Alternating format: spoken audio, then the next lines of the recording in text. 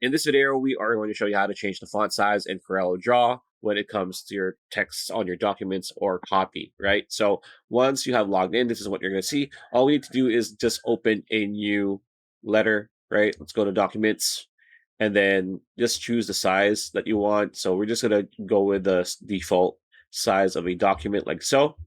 And once we are here, you want to look at your main toolbar on your left-hand side and look at the big letter A, capital A. It says Text Tool or F8 to open this if you have your mouse, right? So click this and then just click and drag to create a text box for your document, right? For example, like that.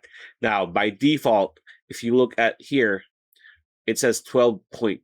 So this is going to be your font size. So by default, it's going to be 12, just like Microsoft Word or Google Docs, right? But if you type that, it's pretty small. Now, if you want to change the text size, all we need to do is, of course, highlight the text that you want, or just start this from the beginning so that you don't need to adjust, and then click on the drop down like so. It's pretty much the same thing as changing the text or font size on, sheets or Excel on document or Word, and then just make it bigger as much as you want. So let's go 36, and as you can see, it is now bigger.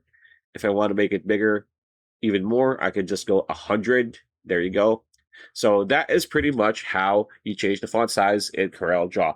Pretty much it. That's the video. I hope you liked it. Like, comment, share, subscribe, ring that bell icon. See you on the next video.